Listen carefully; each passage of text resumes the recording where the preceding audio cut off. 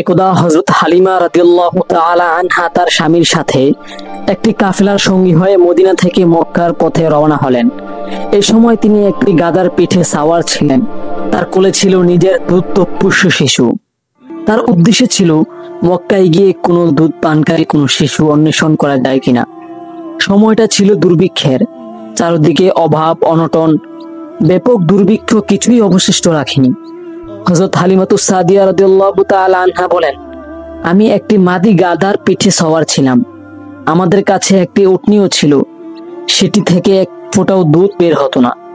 এদিকে ক্ষুধার যন্ত্রণায় শিশুটি ছটপট করত। আমরা রাতভর ঘুমাতেও পারতাম না। আমার বুকেও দুধ ছিল না।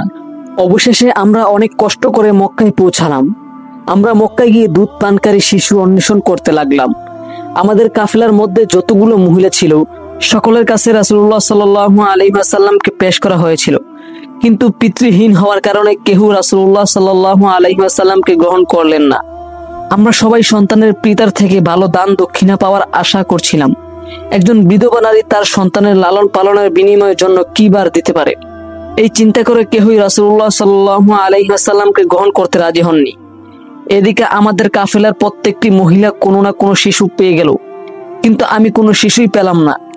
ফেরার সময় আমি আমার স্বামীকে বললাম, আমার সঙ্গীরা তারা প্রত্যেকেই দুধ পানকারী শিশু নিয়ে যাবে, কিন্তু আমি খালি হাতে ফিরে যাব। আল্লাহর কসম, এটা আমার কাছে ভালো লাগছে না, বরং আমি ওই পিতৃহীন শিশুটিকেই গ্রহণ করি। তখন আমার স্বামী বললেন, সেই শিশুকেই গ্রহণ করা ভালো হবে। আল্লাহ রাব্বুল আলামিন হয়তোবা তার মাধ্যমেই আমাদের বরকত দান করবেন। এই কথা ভেবেই আমরা ওই শিশুটিকে গ্রহণ করে নিলাম। হযরত হালিমাতুস সাদিয়া রাদিয়াল্লাহু তাআলা আনহা তিনি বলেন, আমি যখন শিশুটিকে নিয়ে ফিরে এলাম তখন আমার স্থানে দুধ ভরপুর ছিল। তারা দুই ভাই মিলে আমার স্থান থেকে তৃপ্তি আকারে দুধ পান করলো। এরপর উভয় স্বস্তির সাথে ঘুমিয়ে পড়লো, অথচ আমার শিশু পেটে ক্ষুধার যন্ত্রণায় ঘুমাইতেই পারতো না। অন্যদিকে আমার স্বামী উটের কাছে ফিরে গেল। তখন দেখতে পেল উটটির দুধ স্তনে ভরপুর। তখন তিনি এত দুধ দহন করলেন যে আমরা তৃপ্তি আকারে তা পান করলাম। সকালে আমার স্বামী বললেন, আল্লাহর কসম, তুমি একটি বরকতময় শিশু গ্রহণ করেছো। আমি বললাম, আমারও তাই মনে হয়। হালিমাতুস সাদিয়া রাদিয়াল্লাহু তাআলা আনহা বলেন, এরপর আমরা পুনরায় রওনা হলাম। রওনা হওয়ার সময় আমি ওই দুর্বল গাধার ওপরে সাওয়ার ছিলাম। শিশুটি আমার কোলেই ছিল। তখন আমার গাধাটি এতই দ্রুত হাঁটতে শুরু করলো যে বাকি সব গাধাকে সে অতিক্রম করে ফেললো। তখন আমার সঙ্গীরা বলতে লাগলো, ও আবু যুহাইবের কন্যা, কি আশ্চর্য কাহিনী! তুমি একটু আমাদের দিকেও তাকাও। যে গাধার ওপর করে তুমি এসেছিলে, এটি কি ওই সেই গাধা? আমি তাদেরকে উত্তরে বললাম, হ্যাঁ, এটি ওই সেই গাধা। তখন তারা বলল, নিশ্চয়ই এই গাধাটির মধ্যে কোনো এক অলৌকিক ঘটনা ঘটেছে, না হলে এই দুর্বল গাধাটি এত তাজা হলো কিভাবে? এরপর আমরা আমাদের এলাকায় চলে আসলাম। তখন আমাদের এলাকা ব্যতীত অন্য কোনো এলাকায় এত দুর্ভিক্ষ ছিল কিনা তা আমার জানা নেই। আমাদের ফিরে আসার পর বকরিগুলো চরণ ভূমিতে যাওয়ার পর ভরা পেট ও ভরা স্তনে ফিরে আসতো এবং আমরা সেটি থেকে দুধ দহন করতাম, অথচ কেহ এক ফোঁটাও দুধ পেত না এবং তাদের পশুগুলোর স্তনে কোনো দুধ ছিল না। এবং আমাদের কওমের লোকেরা তাদেরকে গিয়ে বলতো, হতভাগাদের দল, তোমরা ওই চরণ ভূমিতে গিয়ে ভেড়া চড়াও যেখানে আবু যুহাইবের কন্যা বকরি চড়াতে নিয়ে যায়। তারপর থেকে তারা তাদের বকরিগুলোকে আমাদের বকরিগুলোর সাথে ছেড়ে দিত, কিন্তু তবুও তাদের বকরিগুলোকে খালি পেটে ফিরে আসতো এবং এক ফোঁটাও দুধও তাদের স্থানে পাওয়া যেত না, অথচ আমার বকরিগুলো ভরা পেটে স্তনে দুধ নিয়ে ফিরে আসতো। এমনই ভাবে আমরা আল্লাহর রহমত ও বরকত প্রত্যক্ষ করতে লাগলাম। তখন শিশুর 2 বছর পার হওয়ার পর আমরা তাকে দুধ ছাড়লাম। শেষ নবীর বয়স যখন 3 বছর পূর্ণ হয়ে গেল, রাসূলুল্লাহ সাল্লাল্লাহু আলাইহি ওয়াসাল্লামের বড় বোন সাইমা বলল, আম্মি জান, আমার কেন জানি মোহাম্মদকে ছাড়া মন বসছে না। ওগো মা, তুমি একটু কাজ করবে। যখন আমি ছাগল চড়াতে যাব তখন আমার ভাই মোহাম্মদকেও আমার সঙ্গে পাঠিয়ে দিবে। মেয়ের কথা শুনে হযরত হালিমাতুস সাদিয়া রাদিয়াল্লাহু তাআলা আনহা বলতে লাগলেন, মোহাম্মদের বয়স এখন ছোট আর সে খুবই লাজুক।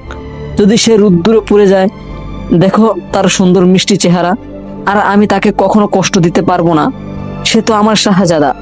যদি জঙ্গলে যাওয়ার সময় মোহাম্মদের পায়ে কোনো কাঁটা ঢুকে যায় তাহলে সে খুব কষ্ট পাবে। সে খুবই ছোট আছে। এই বয়সে তোমার সঙ্গে তাকে জঙ্গলে পাঠাতে পারবো না। জঙ্গলে জীবজন্তুরাও তাকে আক্রমণ করতে পারে আর সে তাদেরকে দেখে ভয় পেতেও পারে। মায়ের মুখে কথা শোনার পরে হযরত হালিমাতুস সাদিয়া রাদিয়াল্লাহু তাআলা আনহার মেয়ে বললেন, আম্মি জান, তুমি রুদ্দুরের কথা বলছো? যখন আমি আমার ভাইয়ের সঙ্গে যাই তখন আমাদেরকে আকাশের মেঘ এসে ছায়া দান করে। আমার ভাই মুহাম্মদ যেদিকে যায় মেঘ সেদিকেই চলতে থাকে। মুহাম্মদ যদি থেমে যায় তার মাথার ওপরও মেঘ থেমে যায়। আর তুমি জঙ্গলের জানোয়ারদের ব্যাপার ভয় দেখাচ্ছ? তাহলে তুমি জেনে রাখো, জঙ্গলের জীবজন্তুরা মুহাম্মদের পায়ে এসে সেজদা করে। শুধুমাত্র এতটুকুই নয়, যখন আমি আমার ভাইয়ের সঙ্গে কোথাও যাই তখন আমার কাজগুলো খুবই সহজ হয়ে যায়। তখন আমার ছাগলগুলো আর অন্য কোথাও পালিয়ে যায় না। হযরত হালিমাতুস সাদিয়া রাদিয়াল্লাহু তাআলা আনহা কন্যার এরূপ কথা শুনে হযরত হালিমাতুস সাদিয়া রাদিয়াল্লাহু তাআলা আনহা তাকে অনুমতি প্রদান করলেন। তারপরের দিন থেকে শিশু নবী হযরত মুহাম্মদ সাল্লাল্লাহু আলাইহি ওয়াসাল্লাম তার বড় বোনের সাথে জঙ্গলে ছাগল বেড়াতে যেতেন। আর যখন রৌদ্র পড়তো তখন আসমানের একটি ছায়া এসে নবী সাল্লাল্লাহু আলাইহি ওয়াসাল্লামকে ছায়া দান করতেন। আর এমনই ভাবে তিনি কয়েকদিন যাবত তিনি তার বোনের সাথে ছাগল চড়াতে যেতে থাকেন। রাসূলুল্লাহ সাল্লাল্লাহু আলাইহি ওয়াসাল্লাম বড় বোনের সাইমা তার ভাইকে পেয়ে মহান খুশিতে দিন কাটাচ্ছিলেন। কিন্তু একদিন হযরত হালিমাতুস সাদিয়া রাদিয়াল্লাহু তাআলা আনহা তার পুত্র মুহাম্মদকে থামিয়ে দিয়ে বললেন, তুমি আর কোনো ছাগল চড়াতে পারবে না, তোমাকে আমি আর কষ্ট পেতে দিব না। তুমি আমার পুত্র, তুমি না থাকলে আমার কাছে এক মুহূর্তও ভালো লাগে না। সেজন্য যখন তুমি আমার থেকে দূরে থাকো সেটা আমার জন্য একটু ভালো লাগে না। এছাড়া তুমি আমার কাছে একটি দামি একজন সোনার টুকরা। তোমার কিছু হয়ে গেলে তোমার পরিবারের কাছে কি জবাব দিব? এরপর থেকে তুমি আর কখনো ছাগল চড়াতে যাবে না। আর এমনই ভাবে হযরত হালিমাতুস সাদিয়া রাদিয়াল্লাহু তাআলা আনহা শিশু নবী হযরত মুহাম্মদ সাল্লাল্লাহু আলাইহি ওয়াসাল্লামকে ছাগল চড়ানো থেকে বিরত রাখলেন। এরপর শিশু নবী হযরত মুহাম্মদ সাল্লাল্লাহু আলাইহি ওয়াসাল্লাম তার বোনের সাথে আর ছাগল চড়াতে গেলেন না। দ্বিতীয় দিনের সময়ও তার সাথে গেলেন না এবং তৃতীয় দিনের সময়ও তার সাথে গেলেন না। তারপর একদিন হযরত হালিমাতুস সাদিয়া রাদিয়াল্লাহু তাআলা আনহা দেখলেন তার কন্যা কান্না করতে করতে ঘরে ফিরে আসলেন। আর এটি দেখে হযরত হালিমাতুস সাদিয়া রাদিয়াল্লাহু তাআলা আনহা জিজ্ঞাসা করলেন, মা, তোমার কি হয়েছে? তুমি কাঁদছো কেন? তখন সে মাকে বলল, আম্মা জান, আমাদের একটি ছাগল শিয়ালে ধরে নিয়ে গেছে। যখন হযরত হালিমাতুস সাদিয়া রাদিয়াল্লাহু তাআলা আনহা এই কথা শুনতে পেলেন তখন তার চোখে সঙ্গে সঙ্গে পানি চলে আসলো। তার পাশে দাঁড়িয়েছিলেন শিশু নবী হযরত মুহাম্মদ সাল্লাল্লাহু আলাইহি ওয়াসাল্লাম। তিনি তার মার চোখে পানি দেখে তখন তার চোখ থেকে অশ্রু বের হতে লাগলো। তার হৃদয় ছিল কোমল ও নরম, তিনি কারো দুঃখ সহ্য করতে পারতেন না। আর সেখানে তিনি তার নিজের মা হযরত হালিমাতুস সাদিয়া রাদিয়াল্লাহু তাআলা আনহার দুঃখ কিভাবে সহ্য করবেন? এরপর শিশু নবী হযরত মুহাম্মদ সাল্লাল্লাহু আলাইহি ওয়াসাল্লাম তিনি বলতে লাগলেন, আমি জান, আপনি কেন কান্না করছেন? তখন হযরত হালিমাতুস সাদিয়া রাদিয়াল্লাহু তাআলা আনহা বললেন, ও আমার মুহাম্মদ, আমাদের ছাগলের পাল থেকে একটি ছাগল জঙ্গলের শিয়াল নিয়ে গিয়েছে। না জানি ওই শিয়াল তার সাথে কি কি করছে। এই কথা শুনে দয়াল নবী হযরত মুহাম্মদ সাল্লাল্লাহু আলাইহি ওয়াসাল্লাম নিজের মাকে বললেন, আম্মি জান, আপনি কান্না বন্ধ করুন, আমি এখনই গিয়ে ওই ছাগল নিয়ে আসছি। রাসূলুল্লাহ সাল্লাল্লাহু আলাইহি ওয়াসাল্লামের মুখে এই কথা শুনে হযরত হালিমাতুস সাদিয়া রাদিয়াল্লাহু তাআলা আনহা বলতে লাগলেন, না না বাবা, তুমি এখন ও জায়গায় যাইতে পারবে না, কারণ ওই জায়গায় জীবজন্তুগুলো অনেক হিংস্র, তারা তোমার উপর আক্রমণ করবে। আর এমনই ভাবে হযরত হালিমাতুস সাদিয়া রাদিয়াল্লাহু তাআলা আনহা রাসূলুল্লাহ সাল্লাল্লাহু আলাইহি ওয়াসাল্লামকে বলতে লাগলেন। কিন্তু রাসূলুল্লাহ সাল্লাল্লাহু আলাইহি ওয়াসাল্লাম মায়ের এই কথাকে সামান্য এড়িয়ে গিয়ে বললেন, না না আম্মি জান, আমার কিছুই হবে না, আমি এখনই গিয়ে ছাগলটিকে নিয়ে আসছি।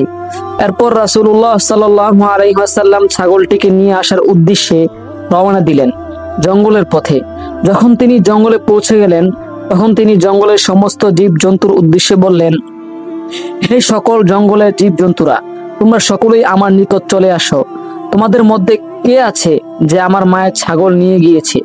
রাসূলুল্লাহ সাল্লাল্লাহু আলাইহি ওয়াসাল্লামের কণ্ঠ শোনা মাত্রই জঙ্গলের সমস্ত জীবজন্তুরা চলে আসলো এবং রাসূলুল্লাহ সাল্লাল্লাহু আলাইহি ওয়াসাল্লামকে সালাম পেশ করলো। এরপর তিনি বললেন, হে জঙ্গলের জীবজন্তুরা, তোমরা এখনই আমার মায়ের ছাগল ফিরিয়ে দাও।